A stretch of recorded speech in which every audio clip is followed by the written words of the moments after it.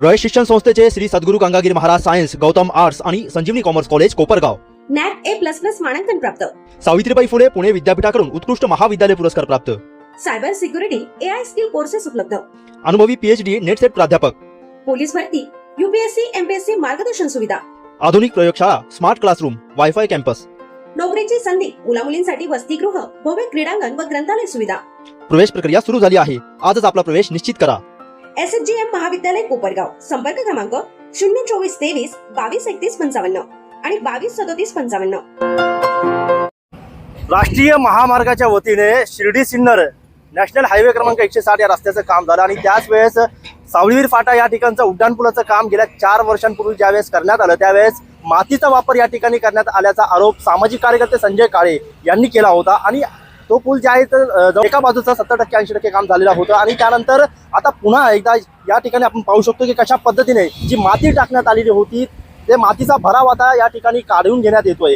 कारण की एस्टिमेटमध्ये मुरुम टाकण्याचं या ठिकाणी नमूद करण्यात आलेलं होतं, परंतु त्या पद्धतीने एस्टिमेट प्रमाणे काम झालेलं नसल्याचा आरोप देखील संजय काळे यांनी केला होता. आणि या ठिकाणी आपण बघतोय की कशा पद्धतीने आता या ठिकाणी माती काढून घेण्याचं काम सुरू आहे. आपल्यासोबत सामाजिक कार्यकर्ते संजय काळे आहे, आपण त्यांच्याशी चर्चा करूयात.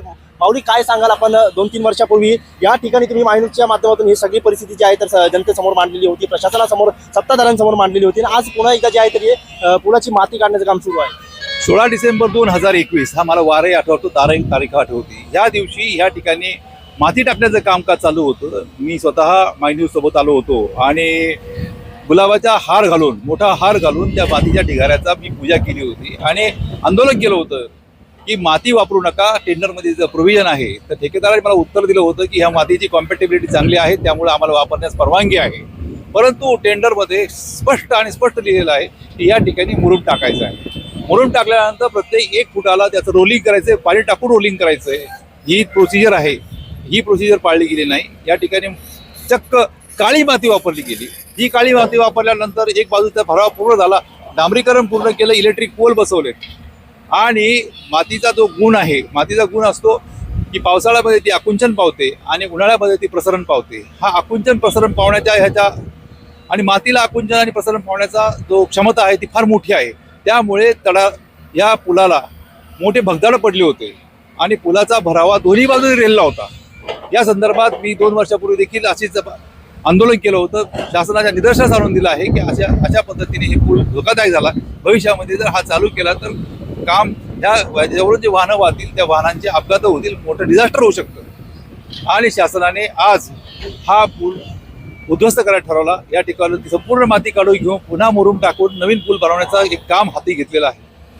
माझा प्रश्न एकच सिंपल क्वेश्चन आहे. जर आम्ही सामाजिक कार्यकर्त्यांनी एक सामान्य माणसाला ज्याला कुठल्याही प्रकारचं ज्ञान नाही आहे तो हे सांगतो की इथं माती टाकू नका, मुरुम टाका. जे 7वा वेतन घेणारे तज्ज्ञ अधिकारी अभियंते आहेत ते डोळ्यावर भात बासून मधले होते का? त्यांनी किती भ्रष्टाचार केला हे या मातीच्या ढिगाऱ्यावरून कळू शकतं. आज शासनाला ही माती काढण्याची गरज भासली. याचा अर्थ आम्ही त्यावेळेस केलेला आरोप हा सत्य होता आणि खरा होता. ही माती टाकण्याकरता, हा भरावा टाकण्याकरता शासनाला 14 ते 15 कोटी रुपये खर्चाची लालत आली. आज ही माती काढण्याकरता 6 वर्षानंतर ही माती काढावी लागली. ही माती काढताना शासनाला पुन्हा 25 कोटी रुपये खर्च येणार आहे आणि हा पुन्हा भरावा करण्याकरता 50 कोटी रुपयाचा खर्च येणार. हा जो खर्च होणार आहे हा खर्च तुमच्या आमच्या टॅक्स पेअरच्या खिशातून जात आहे. जे अधिकारी असा भ्रष्टाचार करतात, जे ठेकेदार असा भ्रष्टाचार करतात त्यांच्यावरती कडक कारवाई व्हायला पाहिजे. ते गजाआडच पाहिजे. त्याशिवाय राष्ट्र निर्मितीमध्ये, पूल निर्मितीमध्ये, रस्ता निर्मितीमध्ये हा होणारा भ्रष्टाचार थांबणार नाही. आता खऱ्या अर्थाने बघितलं तर आता कुंभमेळ्याच्या अनुषंगाने जे रस्ते बांधणी पुन्हा एकदा सुरू झालेली आहे, पुलाचं काम या ठिकाणी आता पुन्हा गती मिळणार आहे. परंतु आता हे काम होताना कशा पद्धतीने झाला पाहिजे, काय वाटतं तुम्हाला? आता हा टाइम बाउंड प्रोग्राम आहे. 2027च्या जून महिन्यामध्ये पहिली पर्वणी आहे कुंभमेळ्याची आणि त्यासाठी येत्या 1 वर्षामध्ये ही सगळी कामं पूर्ण करायची आहे आणि कामं पूर्ण करताना गुणवत्तेवरती पुन्हा कॉम्प्रोमाइज केलं जाणार आहे. मग मी तर असं म्हणेल की ठरवून भ्रष्टाचार करण्याकरता वेळेत कामं पूर्ण करायची, मग ती कशी करा, डोळ्याआड म्हणजे नजरेआड काही चालू द्या, अशा पद्धतीने होणाऱ्या कामांवरती शासनाने रोख लावला पाहिजे. वेळेत कामं सुरू केली पाहिजे आणि ती वेळेत संपवली पाहिजे आणि गुणवत्तेत झाली पाहिजे. आता घाईमध्ये काम होताना गुणवत्ता पुन्हा पाळली जाणार नाही आणि भविष्यात हाच पूल पुन्हा उद्ध्वस्त करावा लागेल. आपण बघतोय की ज्यावेळेस असे कामे होतात तर त्यावेळेस काही नियम धाब्यावर बसवले जातात आणि ज्यावेळेस कुणीतरी सामान्य माणूस असेल किंवा कुणी असेल मुद्दा उपस्थित केला जातो तर सरळ जे आहे तर त्याला एक भावनिक रूप दिलं जातं की नॅशनल हायवेच्या कामाला बाधा आणताय, असे प्रकार देखील घडत आहे. काय सांगाल? हे नित्य घडत असतं.